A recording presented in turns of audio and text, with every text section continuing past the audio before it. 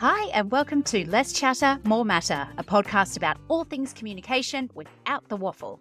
I'm Mel Loy, and in this show, I'll give you short, punchy, practical communication tips and insights you can start using in your communication practices right away. I'm a former corporate communication executive who happily took a redundancy, started my own business, and never looked back. These days, I use my 20 plus years of experience to guide organisations of all shapes and sizes in how to communicate more effectively. I'm wife to Michael, auntie to 12 nieces and nephews, a gym owner, group fitness instructor, yoga teacher, and a bunch of other things as well. I promise these episodes will always be short, sharp, and insightful. So let's get amongst it. Hi everyone, and welcome back to Less Chatter, More Matter. It is great to have you here. Whether you are a loyal listener or new to the show, you have tuned in on an exciting episode because I have a few things to celebrate with you. Firstly, last week, the podcast passed a major milestone, over 1,000 downloads. Oh my goodness, I was so excited to see that, but also just so humbled that people have listened to my ramblings that many times since we launched at the beginning of the year. And look, I know those numbers are nothing compared to some of the big podcasts, but it really does mean a lot to me. So a massive thank you to everyone who has listened, subscribed, rated, reviewed, or passed on my podcast to others. It really does mean the world to me. And it helps to validate that what I'm producing is valuable for others. So on that note, if you have any burning questions or topic ideas, please send them in. There's a link in the show notes to a form where you can leave your questions or just shoot me an email or a DM, and I'm happy to have a chat. The second thing I'm celebrating, well, you may have picked that up in the new intro to the podcast, is that my newest nibbling was born a couple of weeks ago. So my little sister had a baby girl and everyone is safe and sound. So that brings the nibbling count to 12, and Christmas just got more expensive yet again. But a really happy occasion for our family. And the third thing to celebrate is that this is our first episode with a guest speaker. So for those of you who don't know, way back in the day, I had great dreams of being a journalist. So off to uni I went to get my journalism degree. And while I didn't end up becoming a journalist for a variety of reasons, along the way through that study, I really fell in love with radio journalism and interviewing interesting people. So I do feel like I'm coming full circle a little bit with hosting a podcast and interviewing people again. And I'm delighted that my first guest is not only a very interesting person, but a smart and incredibly wonderful human as well. Paula Maidens is a hiring and leadership coach and speaker, and I'm honored to have her on the show today. Paula helps fast-growing entrepreneurs build high-performing teams so they can scale with ease, get their time back, and create the life they damn well deserve. She's been a business consultant for over 13 years and uses her signature 6-pillar framework to shift the perception that hiring, leadership, and stepping up as an empowered CEO needs to feel hard. She has a straight-talking reputation and uses her simple systems and tools to support you to look within, find a way that feels authentic and amazing, and build your dream team to support your dream life. As an entrepreneur herself, Paula shares her own business and life lessons, as well as the hands-on experience she has from interviewing and hiring thousands of people for her clients. And we will talk to her a little bit about her background, not just in entrepreneurship, but where she actually got started. It's quite surprising. She is also a proud mum to 2 beautiful boys. She's a very happy wife, a passionate yogi, and an avid traveler. Now, Paula has been instrumental to me and many of my other business owner friends in successfully navigating hiring and leadership challenges. And the reason I've asked her on the show today is that as a team, we were reflecting on the fact that this time of year is all about performance review conversations in many businesses. And I'm sure we've all had both good and bad experiences of these conversations. Let me tell you, I've got stories. Now, whether you agree that performance conversations should be run the way they are or not, in many businesses, they are linked to bonuses. So they become a necessary part of the machine. Now, I could talk about my own take on these conversations, both as someone who's led them and someone who's been on the receiving end, but I am no expert. So I wanted to bring someone in who actually is the expert on these things. So in today's episode with Paula, we will cover whether or not performance conversations are actually necessary, at least the way they're structured, the common mistakes leaders make in these conversations, and her top tips for talking about performance. So, without further ado, let's get into the conversation. Hi, Paula. Thank you for joining me today on Less Chat and More Matter. Thank you so much for having me. I'm so excited to be here. And so am I. And you know what? You are my first guest on the podcast. So it's episode 25, and you're the first. Yes, So exciting. Thank you for Excited. having me.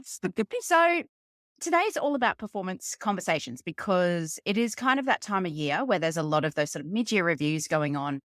But I also just think it's something that's probably not done very well from a communications perspective a lot of the time. And I've certainly been one having those conversations and been on the receiving end. So I could talk about that experience, but I thought actually we probably should just get an expert, and that's you. So Yay. tell us a little bit about yourself and how did you actually become a hiring and leadership coach, and what does that actually mean?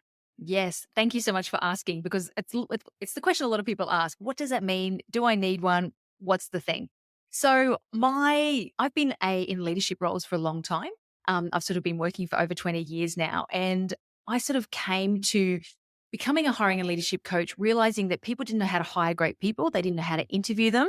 They were paying huge fees to recruitment agencies, including myself, who was a corporate recruiter. Sort of previously, I was a director in a big global recruitment firm over in London. And so I sort of set out to help businesses get the team piece better. Ideally, we hire the right people from the outset, but then teaching people and empowering people that actually it doesn't stop there. So if you want somebody to perform, you actually need to be the best version of yourself that you can be as a leader. And part of that is having really open, robust feedback conversations and performance conversations. So I became a hiring and leadership coach to transfer knowledge, to teach people in leadership positions how to actually hire the right people and how to step into that role of leader to really bring out the best in their team. That's fantastic. And I think you're right. I've been a hiring leader myself, and it's really hard when you're trying to look for, I think you're always looking for the unicorn. And so you've got this really set expectation of what that looks like. But actually, you just sometimes need that extra insight to go, well, is that actually what you need, or is actually what you need something else? And how do you then go through the process of recruiting for that person as well? So you've given me some really top tips over when I was recruiting recently. Thank you so much. They did absolutely help me find the right person. Shout out to April here. Yeah. So when when it comes to performance conversations, look, are they even necessary, and why? And if they are, why? Absolutely. So feedback conversations are essential. And we'll talk a little bit about the difference between performance and feedback conversations as Yes, well. love that. But I guess, we've started already talking about how important it is to hire the right person and then what you need to do as a leader to step up. And I guess what I want to share is the reality is you can hire someone awesome, a total A rock star. But if the way you treat them in the business, the frameworks you have set up, the conversations you do and don't have with them, they can end up being an average to low performer or opt out. So you may have made an amazing hiring decision, but if you don't support them in the workplace, then they won't perform. Similarly, you can hire somebody who's average, so to speak, with my inverted commas happening here. And what you do with them in the workplace is what will support them to thrive. So performance conversations, feedback conversations are part of what you need to do to support people to thrive, because nobody can perform to your expectations unless you are explicit with what those expectations are.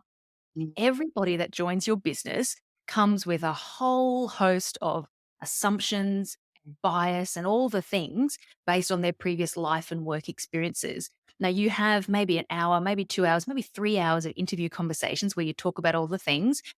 Typically somebody's presented with a job description, but there's no way that they actually specifically know what you need them to do the way you want it done. So all that anybody can naturally do is assume that they know, make the best assumptions they can, and typically try their hardest. Now, performance conversations are needed to let somebody know where they're at and how they're performing, against that 100% perfect job description, I guess. So it's almost like, a mark in the sand saying, okay, cool, you're at 75% or you're at 7 out of 10 on this, part of your role, et cetera, et cetera. And the difference, I guess, between a performance and a feedback conversation is the feedback that somebody should be receiving the whole time. Mm. You've either gone off on a little bit of a tangent, you've made an incorrect assumption here. Talk me through why you thought you should do it that way because we were actually looking for this and what went wrong and how did you get to that point? Ah, I understand. Typically it's assumptions. So feedback conversations should be really regular, and typically a performance conversation is kind of like that stake in the ground once a year or every 6 months where we kind of go, okay, let's actually do a full assessment of how you're performing against what's required in the role. Yeah, I love that differentiation there that you made. And, I also think if you're doing those regular feedback conversations in real time, essentially, as it happens, then nothing comes as a real shock, or it shouldn't come as a shock at the performance review. Would you agree?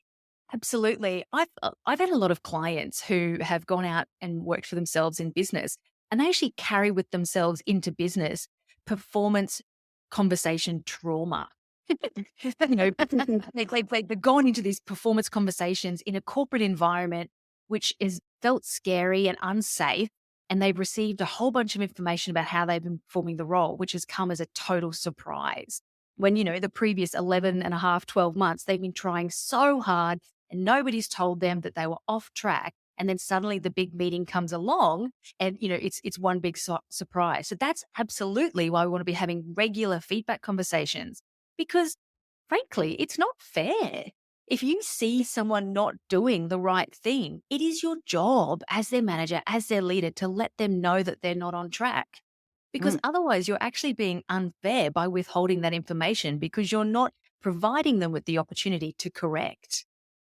Yeah. And I think, it's also unfair on the team as well as a whole, because it makes it harder for the team as a whole to perform if one person isn't performing but doesn't know about it, doesn't understand why they're not doing that. And I think Brené Brown puts it beautifully. She says, clarity is kindness. And I feel like these regular touch points of feedback are about being clear. It's about being kind by being clear along the way. Absolutely. And I love Brené. And she also talked about Yes. psychological safety and how Mhm. people need to feel safe to actually outperform. So you can imagine it's like, how do you create a really safe environment for your team? Well, you need them to know that they can trust you to let them know if they're doing something that's not on track, that they're not going to hear it through another team member, that they're not going to have to try and work it out through your mood, or, maybe you're being snappy one day and they might start reading into that because you're not having frank, open conversations. So if you want high performance, you need to create a safe environment. And that comes with transparency, that comes with feedback and knowing that it's out there on the table because you're supporting the person to do their best. Yeah, love that. Love Brené as well. Big fangirl. So, Absolutely. look, maybe is it just semantics, or is there a difference between coaching conversations, feedback conversations, performance conversations? Is coaching conversations something else altogether? Yeah, great question. And look, I don't, I guess I'm not, they do get gray. And, again, we don't want to get too much caught up in the semantics. The difference is a coaching conversation is where you are going through a process of asking questions and getting the person to give you suggestions as to how they think they can be doing something better to try and get them to the other side. So if we think of a swimming coach doesn't get in the pool. They walk alongside them. They have a conversation beforehand about, what are your goals? Do you want to go to the Olympics, or do you just want to get a little bit fitter? Do we want to swim one length today, or, 2 lengths, et cetera, et cetera? And then they support them along the way. So a coaching conversation is absolutely necessary, and typically more necessary in the earlier days of somebody, joining your team, coming into a role, or maybe they've been promoted into a new role. They need to be coached to know and to work out for themselves how to get better at their role.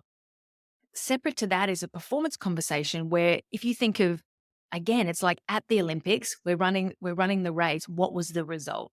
So Mhm. it's that stake in the ground. Okay, so where are we? We've had all these coaching conversations where we've talked about the things you can do to get better and the things you need to try and the support that's on offer for you, et cetera, et cetera. But then the performance conversation is like, how are you actually performing as a result of those coaching conversations, as a result of the training you received, as a result of the time that you've been here, et cetera, et cetera.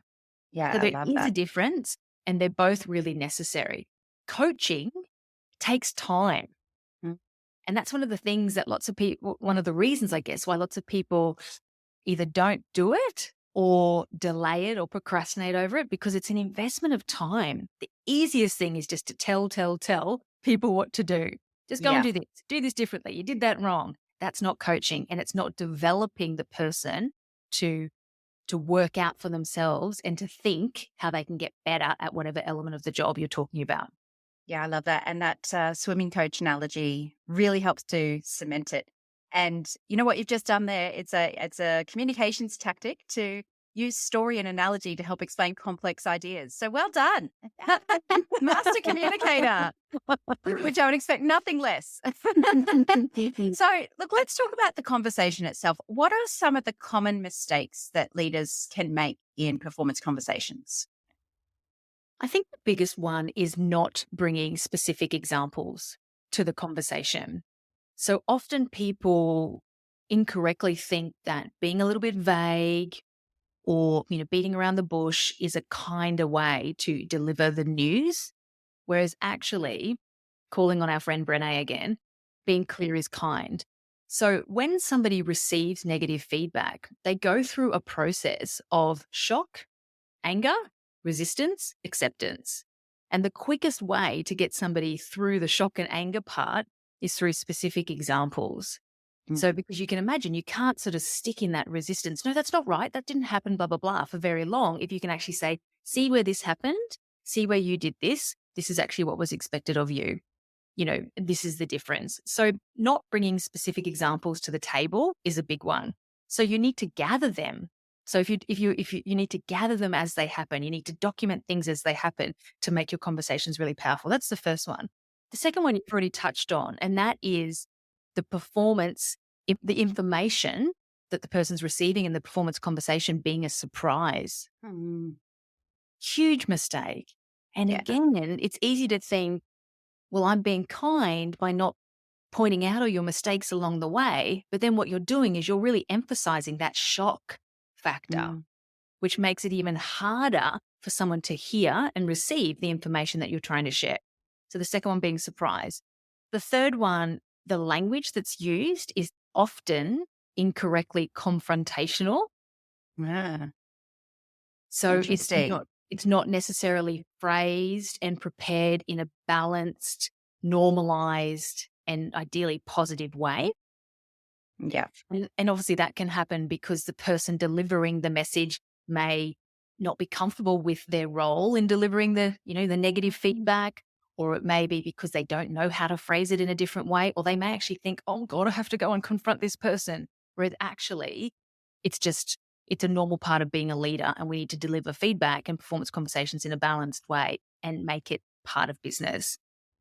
And so then I think the fourth mistake that people make is around that positivity, like not making it an overall positive conversation or finding a positive way forward at the end if there is a positive future for this person.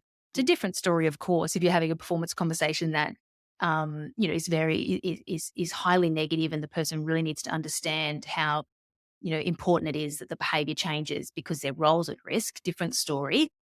Even then, we want to sort of weave some positivity and hope into the conversation.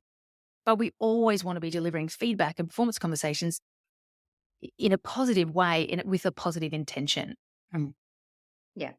Those are excellent, I guess, red flags, but also opportunities. And it's interesting what you say around language, because obviously this is a comms podcast. So language is a big part of what we talk about on this podcast.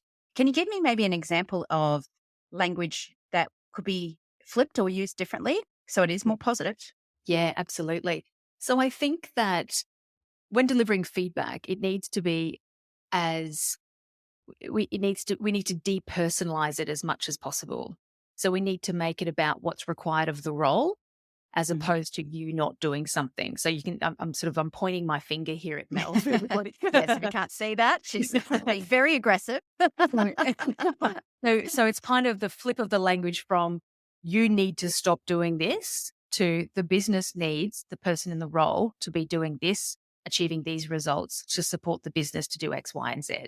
So it's that full depersonalization of the language, and bringing the specific example to the table really helps that.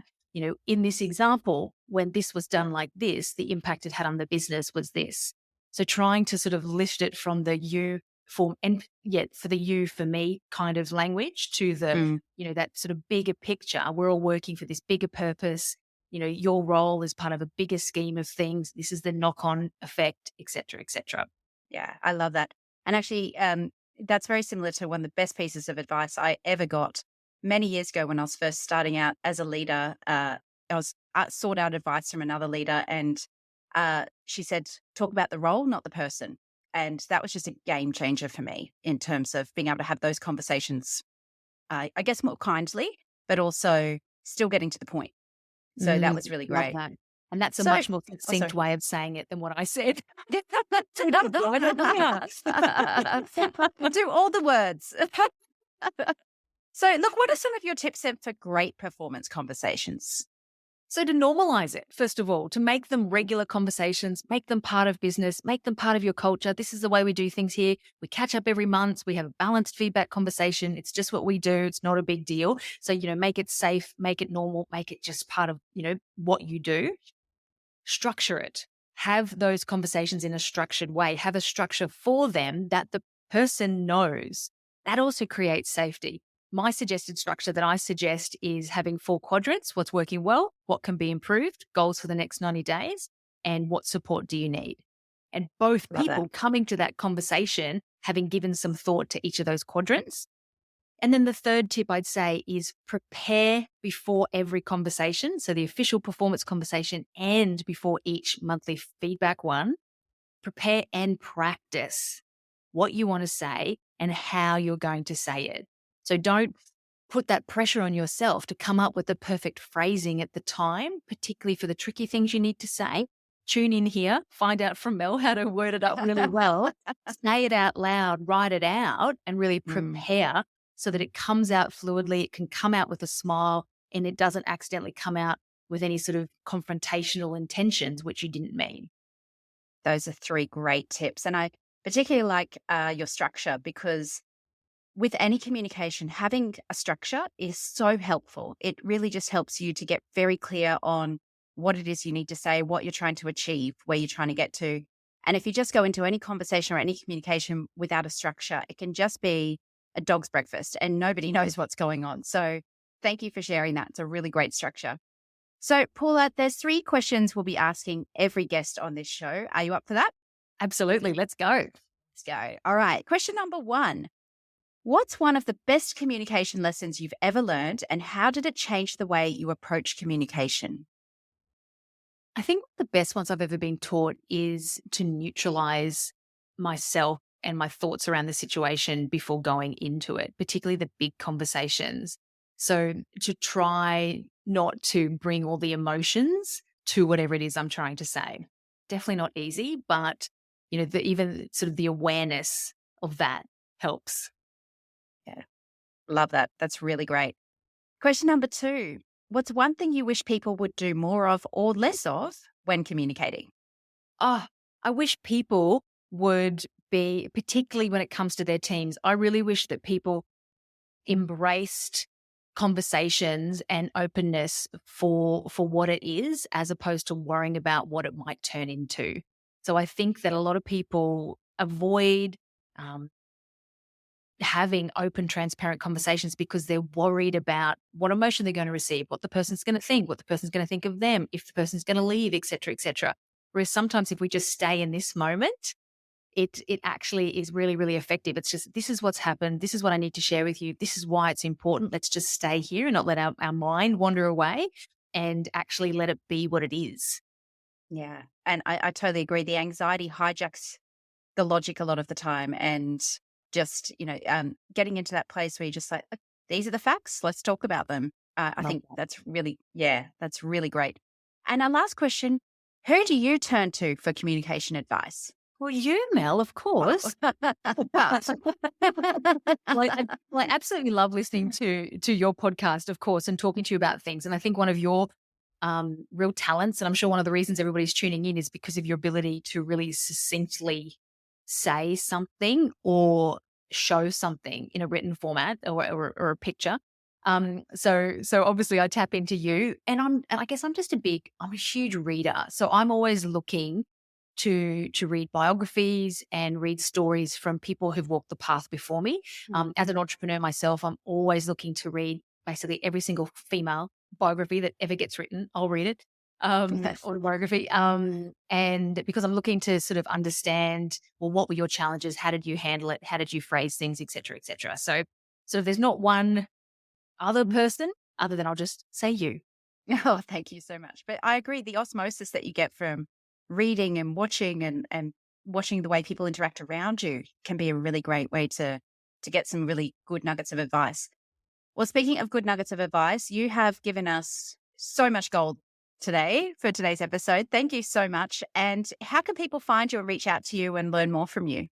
Yes. Well, you can come over and visit me on my website, which is paulamaidens.com. I hang out on Instagram, which is Paula Maidens Consulting is my handle over there. Come over, have a chat, jump in the DMs. I've got lots of freebies that you can download, from hiring and leadership tips and all the things. So come over and have a look at some of the resources. Reach out to me if you want to have a conversation. I'd love to talk to you. That's great. Thank you, Paula. And we've put all those links in the show notes as well, so you can grab those easily. But highly recommend you check out Paula's Instagram, LinkedIn, all of the above. She shares so much good advice, and she is an absolute gem of a human as well. Paula, thanks for joining us on the podcast today. My pleasure. Thanks so much for having me. Thank you.